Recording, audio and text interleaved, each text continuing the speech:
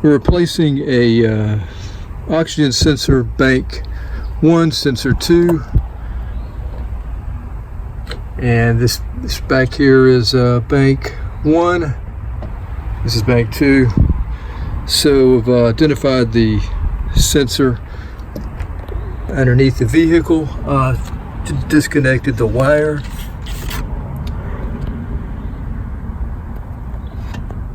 So that's the bank 1, sensor 2 wire. The other part of the connector right here.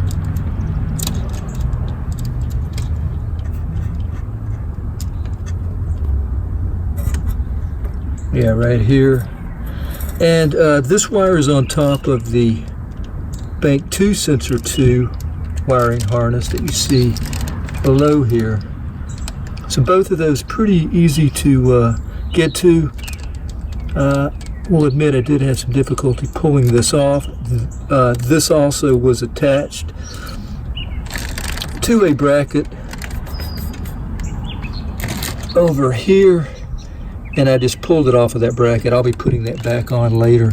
So we're going to go underneath now and pull the wire over this cross member here and start taking the sensor out. Okay, so underneath here's the splash shield. I took the right splash shield off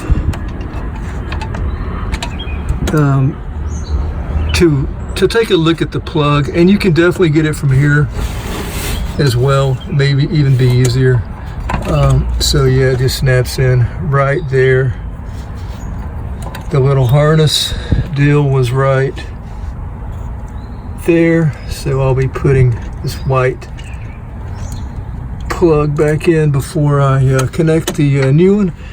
So let's just pull this, follow this right here, try to get a camera shot of that.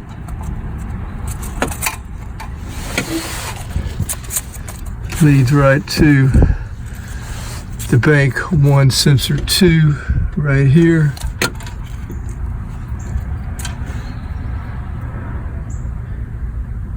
And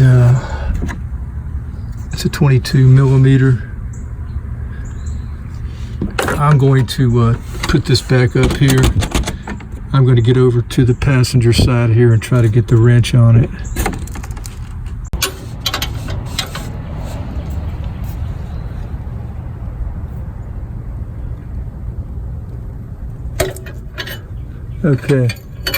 Okay guys, that was really easy. I actually got this loosened yesterday, and it was really that easy yesterday. So I really lucked out here, because usually these are really hard to do. Of course, pipe is cooled down.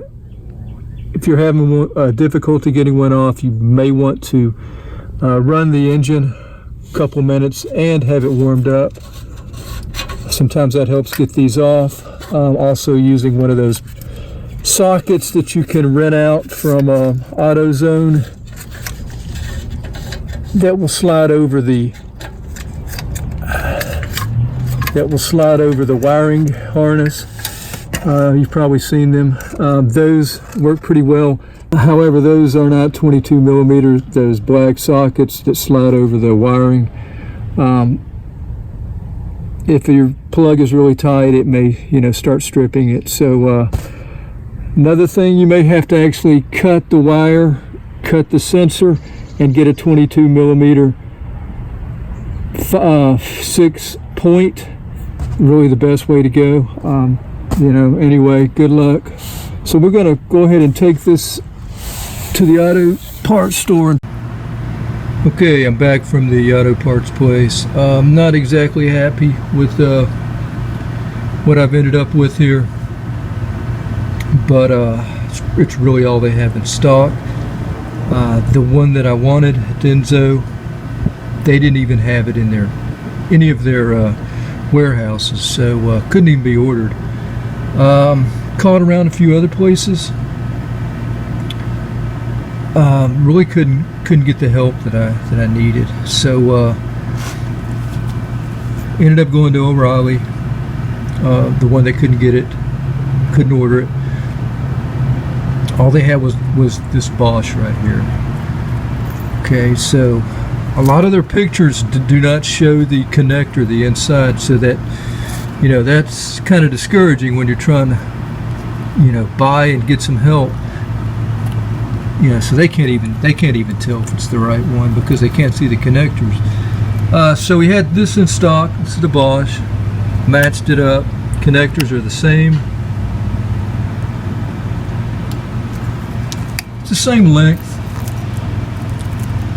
The sensor just looks different on the end here. And he was saying, since it's an older vehicle, you know, maybe they've modified it. It's got a number. Can't really read that number there. So yeah, that's the difference right there. So there is a warranty. It's a year warranty for the Bosch.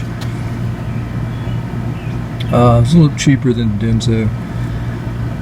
And as far as store return, you know, all the policies, if you put something in, you can't bring it back. But I think the guy understands my situation, so he said if I bring it back, if I'm still reading the same code after I put this in, you know, they'll take it back. So, you know, I'm gonna take him up on that. So let's go ahead and put this in and see how it works. So the plug already has the anti-seize on it.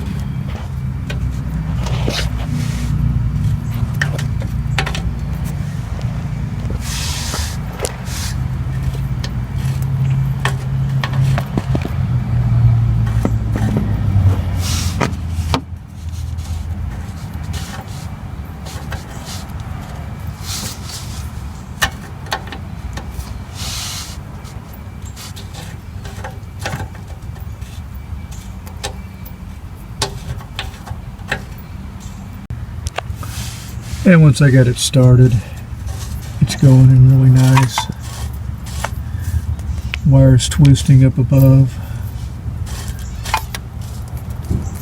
Alright, so it's hand tightened, so I'm just going to get my wrench and just tighten it till it compresses the little washers that you see there. Once I've tightened it, then I'll just snap the connectors together.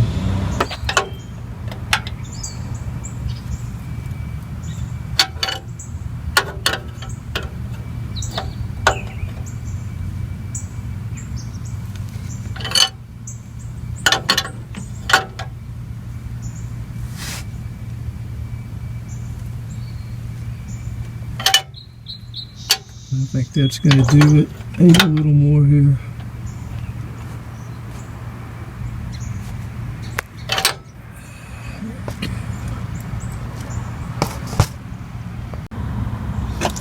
So I got the connector snapped in, and I will say it was pretty hard to do. I had to go up above to snap it in, but it is snapped in now, so that should be it.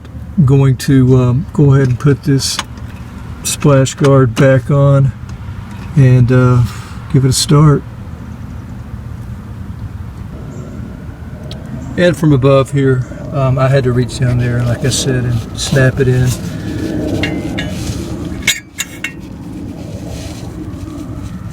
And as you see the top one there, that is the Bank 1 Sensor 2 connector. Below that is the Bank 2 Sensor 2.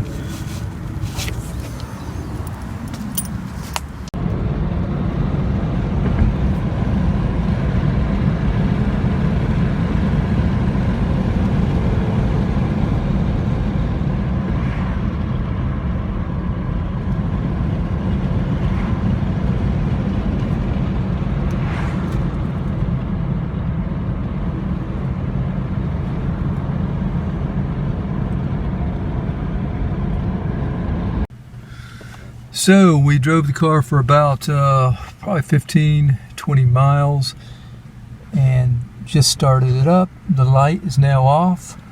So I haven't ran a scan, but that light's been on for a long time. So after putting that Bosch sensor in, it is off for the first time. So anyway, it looks like the Bosch oxygen sensor worked out. So I hope it's been helpful. Thanks a lot. Have a good day.